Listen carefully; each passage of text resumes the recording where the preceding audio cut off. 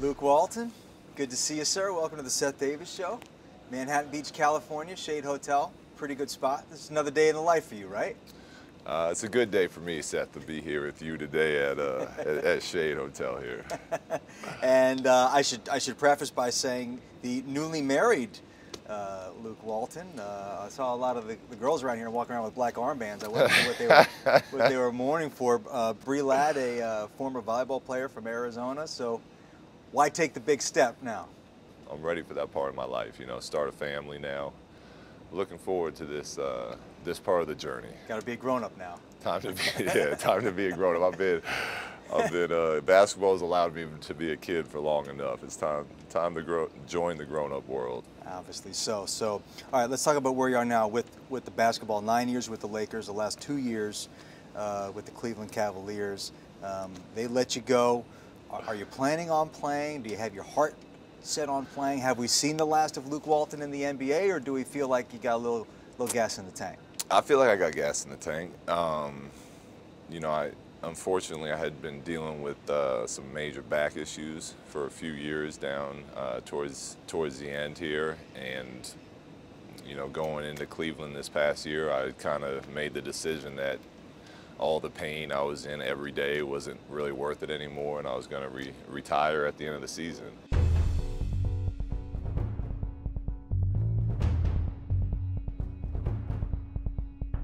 I was working with a new physical therapist every day in the summer, and my back started feeling a lot better. And I went out to Cleveland and had a blast playing again. So, you know, I called my agent. I said, I want to go for one more year, see how the back feels again. And, you know, he's been talking to teams. Right now, nothing's happened. But, you know, I'm working out every day, staying ready. And I would love to play, you know, love to play the game for another year at least. And now I just need to wait for a call. So until then, I'll just keep training and staying ready, and we'll see what happens. All right, let's talk a little history, a little growing up Walton. Tell me your earliest memory where you kind of figured out, my dad, not just dad, he's somebody that the world looks at as a famous guy and a special guy. For me, at least, it was like he was just dad, but his friends were famous and awesome. Like living in Boston and going over to Larry Bird's house for dinner as a 6-year-old was like the coolest thing ever. But it wasn't because my dad was famous. It was just Larry Bird was famous, Kevin McHale. These guys were awesome. My dad was still just my dad.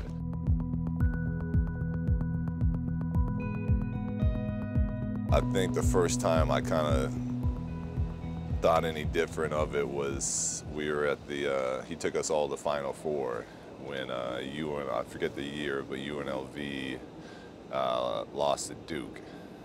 91. It was at 91? Mm-hmm. Okay, so 91. You're pretty good at this, Seth. Duke grads tend to remember that. Go ahead. And we were trying to leave the arena, and people were just swarming him. And like, he had all 4 of us there, so he was having to box people out. And I just remember thinking how weird it was that we couldn't even walk with our dad over to the car. And I think that's when it kind of first clicked that he was a little different than most dads. Yeah, my kids say the same thing about me at the Final Four. It's funny how that works. Just kidding. Just kidding. Larry Bird was a big prankster, right? I saw something about he had you put shaving cream in the other players' shoes. And oh, yeah. He was a cut-up. Is a cut-up. Yeah, he was great. And whatever he told us to do, if players were sleeping on the bus, if he told us to go, you know, wake them up by jumping on them or whatever, we did it. He was our guy. So, and he came out to the San Diego house where I was born at and grew up at, and we used to play 2-on-2 in the backyard, and he'd score 10 straight points and then give the ball to either me or my brother who was on his team, let us score the game point, and then just talk trash the rest of the day to the kid that lost. So, to the kid that lost. Yeah, so we used to have a really good time.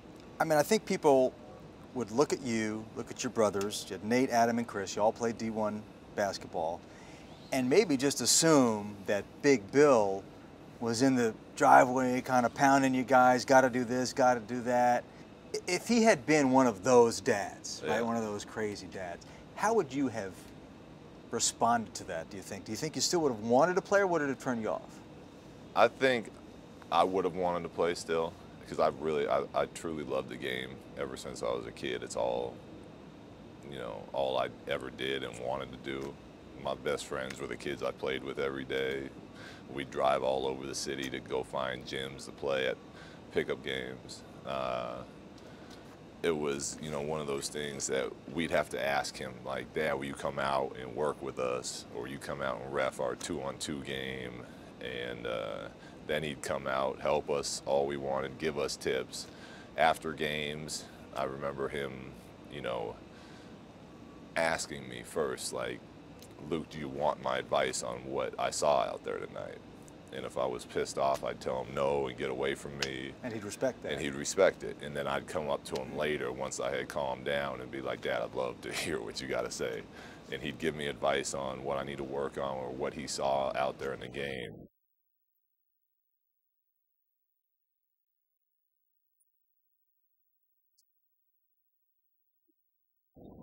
And it was very helpful to go about it that way, as opposed to, you know, some of those parents you see out there that are in the crowd that are always yelling at their kid and trying to almost relive their sports life through their kid, which the kid never enjoys, and isn't very fair to the young athletes. So. One of the things that I enjoyed reading about was how when you guys would get mad at your dad growing up, you tell him, well, I'm going to Notre Dame. Yeah. You don't want to hear I'm going to Notre Dame. And your brother Adam kind of did that. Right? He ended up at the College of Notre Dame, but it was in the Bay Area, right? Yeah. So maybe he got the last word on that. We used to do two things when we get mad at my dad. Tell him we were all going to sign to play college basketball in Notre Dame, and if we were really upset, we'd steal his crutches and hide them on the other side of the house. When you were at the Lakers, you guys would be watching game tape, and sometimes your dad's voice would be on the tape criticizing your teammates. Yeah. Would they take it out on you? Would other players in the league want to take that out on you? He is quite blunt with his criticism. He is quite blunt, and Coach Jackson used to love to turn the volume up when my dad was doing the game. I think mainly to mess with me in the film sessions because he would. It was uncomfortable a couple times with what he said about my teammates, but there was times he would say stuff about me. I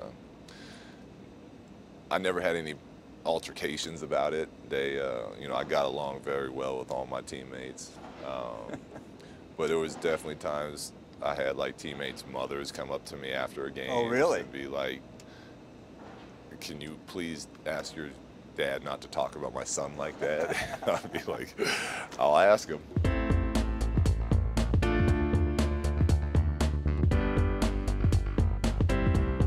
Coming in my rookie year, before I knew my teammates, he almost got me in trouble. Oh, really? How so? Shaq, Karl Malone, Gary Payton, Kobe Bryant, they didn't have to be at training camp for like a week. Like the young players had to be there early.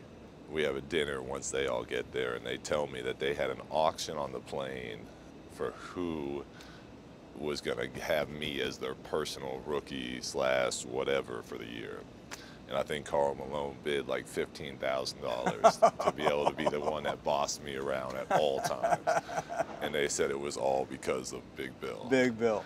But within a month, I got along with all of them great, and it wasn't too bad.